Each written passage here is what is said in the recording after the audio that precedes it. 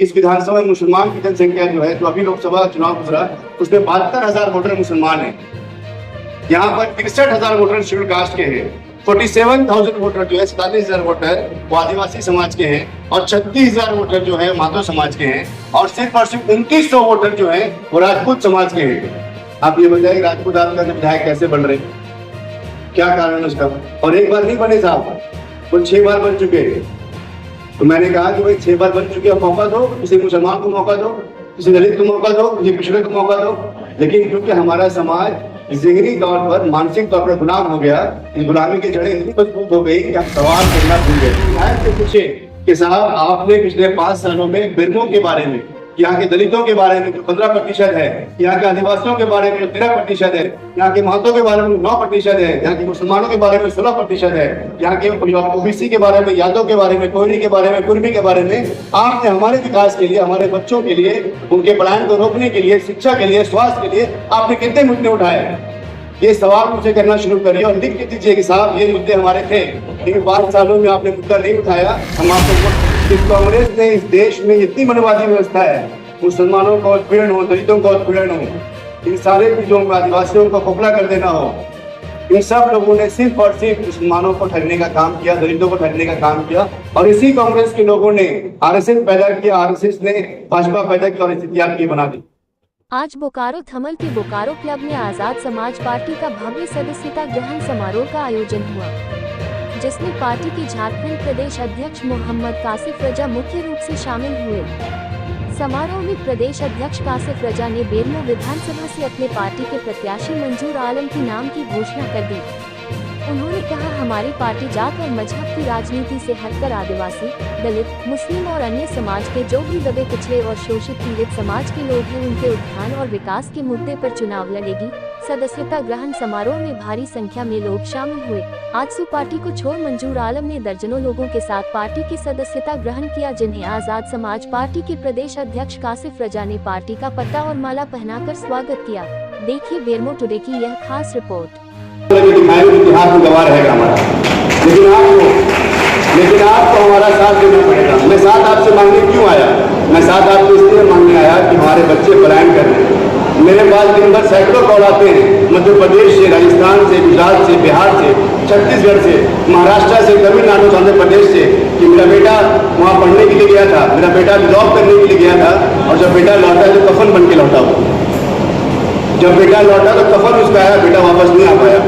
आपके अंदर ये मैं विनती करने आया हूँ कि अपने बच्चों के लिए मोहब्बत पैदा करें, दलितों के लिए मोहब्बत मुसलमान पैदा करें, आदिवासियों के लिए मोहब्बत मुसलमान पैदा करें, आदिवासियों के लिए मुसलमान मोहब्बत पैदा करें, दलित के लिए आदिवासी मोहब्बत पैदा करें, पिछड़ों के लिए, आदिवासियों के लिए, यादव समाज के लिए, कोयरी समाज के लिए, कुर्मी समाज के लिए, माधव समाज के लिए, सारे समाज हमें, यहाँ के जो मूल निवासी समाज है, हम सब आपस में भाई हैं, लेकिन हमें हिंदू मुस्लिम के नाम पर बांटा जा रहा है। मैं बुनियादी सवाल आपसे करता हूँ, हिंदू मुस्लिम के नाम पे बंटने से आपके घर में शिक्षा आई? हिंदू मुस्लिम के नाम पे बंटने से आपके घर में सड़क का निर्माण हुआ? हिंदू मुस्लिम के नाम पे बंटने से क्या आपके अंदर स्कूल कॉलेजेस खुले? हिंदू मुस्लिम के नाम पे बंटने से क्या आपके यहाँ पर कोई विकास का काम हुआ? हिंदू मुस्लिम के नाम पे बंटने से क्या झारखंड का नाम पूरे देश में मशहूर हो गया? बल्कि झारखंड मॉब लिंचिंग का हब बना। झारखंड के लोग, मैं जब बाहर जाता हूँ, मैं राजस्थान गया, हम राजस्थान में चुनाव लड़ा, 14 लाख वोट हमारे पार्टी को आए, गठबंधन की सरकार में हम लोग वहाँ कोशिश कर रहे थे। तो वहाँ के लोग मुझे बोलते थे, काशिफ भाई वही झारखंड? जी, झारखंड में वहाँ के लोग 47 नौकरी का शिकार हुए। ये शर्त की बात है झारखंड के लिए। और ये कमीने लोग यहाँ बैठे हैं, नपुंसक लोग बैठे हैं, इन लोगों ने मॉब लिंचिंग कानून पास नहीं कर पाए। इन्होंने वादा किया था, जो मुसलमान बैठे हैं, दलित आदिवासी बैठे हैं, पिछड़े बैठे हैं, तो इन लोगों ने मॉब लिंचिंग कानून पास करने का वादा किया था कि कानून पास कर पाए ये लोग, हमें हाथ रख देंगे, आपके किसी को मौत होगा तो कब्रिस्तान चले जाएंगे, शमशान घाट चले जाएंगे और हाथ जोड़ के आएंगे, भाई हमको वोट दे देना।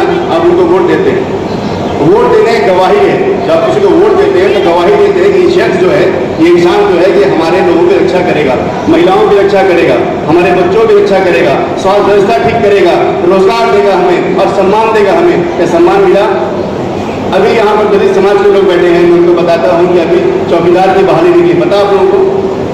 इन चौकीदार की बहाली में दलित समाज का जो आरक्षण था खत्म कर दिया गया। एक भी सीट हमें नहीं मिली। पूरे प्रदेश में भीमा विलास समाज पार्टी ने पूरे प्रदेश में आंदोलन किया, सुप्रीम हाईकोर्ट ने रोक लगा दी उसमें, और हाईकोर्ट ने ये कहा कि जब अगले जो बहाली होगा उसमें दलित समाज को अगली भूमिका निभाने का अवसर दिया जाए। आज़ाद समाज पार्टी उद्देश्य पे काम कर रही है, विचारधारा पे काम कर रही है। आज़ाद समाज पार्टी ये चाहती है कि जनसंख्या जिसकी भारी हो उसकी हिस्सेदारी मिलनी चाहिए। बिरमो की मैं बात करूँ आपके, तो बिरमो का जो विधानसभा आपका है, इस विधानसभा में मुसलमान की जनसंख्या जो है, जो अभी लोकसभा चुनाव गुजरा उसमें 72,000 वोटर मुसलमान हैं। यहाँ पर 63,000 वोटर शेड्यूल कास्ट के हैं, 47,000 वोटर जो है, 47,000 वोटर वो आदिवासी समाज के हैं और 36,000 वोटर जो है माधो समाज के हैं और सिर्फ 2900 वोटर जो है वो राजपूत समाज के हैं। आप ये बताइए राजपूत आपका विधायक कैसे बढ़ रहे हैं, क्या कारण है उसका? और एक बार नहीं बने साहब, वो 6 बार बन चुके हैं। तो मैंने कहा कि भाई 6 बार बन चुके हैं, मौका दो, किसी मुसलमान को मौका दो, किसी दलित को मौका दो, किसी पिछड़े को मौका दो। लेकिन क्योंकि हमारा समाज ज़हनी तौर पर, मानसिक तौर पर गुलाम हो गया, इस गुलामी की जड़ें इतनी मजबूत हो गई कि हम सवाल करना भूल गए। जब नेताजी आए यहाँ पर, उनसे बोले नेताजी 5 साल होते हैं, 5 साल में 1800 2000 दिन होते हैं, इन दिनों में आपने क्या किया? और आपने ये सड़क नाले के बाद छोड़ दीजिए, आपने विकास के लिए कितनी बार असेंबली बात उठाई?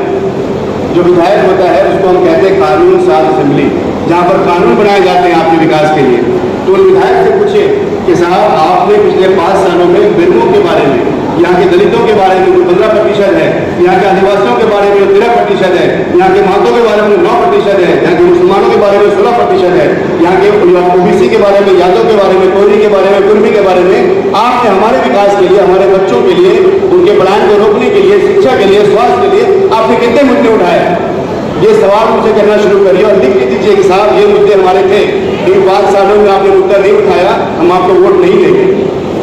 लेकिन इसके लिए आपको जिगर पैदा करना पड़ेगा और जिगर पैदा करने के नाम बिल्कुल है, ये जिगर पैदा करना पड़ेगा आपको अंदर में। जो आपके पास तो विधायक चुन के जाएगा, जो आपका बेटा होगा, आपका अपना भाई होगा, जो आपके बीच में रहता होगा, जब वो विधायक चुन के जाएगा तो आपके लिए बात करेगा, वो शिक्षा स्वास्थ्य की बात करेगा, हिंदू मुस्लिम की बात नहीं करेगा। हिंदू मुस्लिम होना इस देश में, जब कांग्रेस ने इस देश में 1925 में हिंदू महासभा बनाया तो कांग्रेस के लोगों ने उसके बाद चल के भाजपा बनाया। हमारी एक किताब है कांग्रेस आरएसएस की माँ है, जो मुसलमान कांग्रेसी मुसलमान बैठे हैं, मैं उनको बता रहा हूँ, कांग्रेस आरएसएस की माँ हमारी एक किताब है, उसको पढ़िए। वो बुक जो है अवेलेबल है गूगल में भी, आपको बुक अमेजन में मिल जाएगी। इस कांग्रेस ने इस देश में इतनी मनवादी व्यवस्था है, मुसलमानों का उत्पीड़न हो, दलितों का उत्पीड़न हो, इन सारे चीजों को, आदिवासियों को खोखला कर देना हो, इन सब लोगों ने सिर्फ और सिर्फ मुसलमानों को ठगने का काम किया, दलितों को ठगने का काम किया। और इसी कांग्रेस के लोगों ने आरएसएस पैदा किया, आरएसएस ने भाजपा पैदा की और स्थिति आपकी बना दी। चंद्रशेखर आजाद साहब यूनिफॉर्म सिविल कोड का मसला हो, या जातिगत जनगणना का मसला हो, या दलित उत्पीड़न का मसला हो, आदिवासी संघ धर्म कोड का मसला हो, दलितों के पलायन का मसला हो, इन सारे मसलों में अगर कोई बोल रहा है मर्द की तरह, तो जो रहा है संसद में चंद्रशेखर आजाद साहब बोल रहे हैं। तो इन ऐसे लोगों का साथ देना शुरू करिए जो आपके साथ खड़े हैं। ऐसे मक्कारों का साथ मत दीजिए जिन लोगों ने अपनी मेहनत तो बना ली, अपने महलों का तामीर तो कर लिया, बड़ी बड़ी गाड़ी उठा ली। मैं ऐसे विधायक को जानता हूँ जिनके पास साइकिल नहीं थी, 2002-2003 में चुनाव लड़े और आज के टाइम पर उनके पास 10 बड़ी गाड़ी है। तो उनको आपको क्या मिला? सवाल ये होना चाहिए, आप किसी कांग्रेस को मानने वाले हो, किसी आप जेएमएम को मानने वाले हो, किसी अच्छू पार्टी के आप बड़े घोर समर्थक हो, भाजपा घोर समर्थक हो, सवाल मैं आपसे ये करने आया हूँ कि आपको क्या मिला साहब? इतने सालों में, 24 सालों में अगर आपको कुछ मिला हो तो मैं उस पार्टी को ज्वाइन करने को तैयार हूँ। चलिए मैं आपको बोलता हूँ, अगर आपको अच्छू ने कुछ दिया हो, इंडिविजुअल छोड़ दीजिए, किसी एक आदमी को अच्छू ने कुछ बना दिया होगा, भाजपा के लोगों ने किसी आपको बना दिया होगा, जेएम के लोगों ने किसी एक इंसान को अच्छा कुछ कर दिया होगा, लेकिन जो अमूमी बात है, जो समाज की बात है, जो झारखंड निर्माण की बात है, आदिवासियों की बात है, दलितों की बात है, पिछड़ों की बात है, तो सवाल ये करना होगा कि उन्होंने क्या दिया। जो मुसलमान यहाँ बैठे हैं उन मुसलमानों से ये सवाल है कि झारखंड में आपका प्रतिशत 16% है। जो यादव समाज के लोग बैठे हैं, यादव समाज यहाँ 4.5 से 5% है। क्या 5% विधायक यहाँ बन पाए? क्या मुसलमान 16%, उनके हिस्से में 14 सीटें आनी चाहिए, क्या मिला उनको? ठीक है, मैं मानता हूँ कि दलित आदिवासी को आरक्षण है, लेकिन यहाँ पर दलित समाज 14% है, उनके हिस्से में 12 सीटें आनी चाहिए। मुसलमानों के हिस्से में कम से कम 14 सीटें आनी चाहिए। आपके हिस्से में कितनी सीटें आती हैं? आपके हिस्से में 4 सीटें आती हैं और प्रचार किया जाता है कि 4 सीटों पर इनको समर्थन देकर जिताइए, बाकी सारी सीटें छोड़ दीजिए, दूसरे भी इन्वॉल्व होइएगा तो भाजपा जीत जाएगी। भाजपा को आप नहीं रोक पा रहे। अपने समाज को समर्थन देना शुरू करिए, अपने समाज के लोगों को जोड़ना शुरू करिए, क्योंकि जो समाज जागा हुआ होता है, जिस समाज के अंदर करुणा होता है, जिस समाज के अंदर प्रेम होता है, जो जुड़ा हुआ समाज होता है, वही जागरूक होता है, वही आगे बढ़ता है।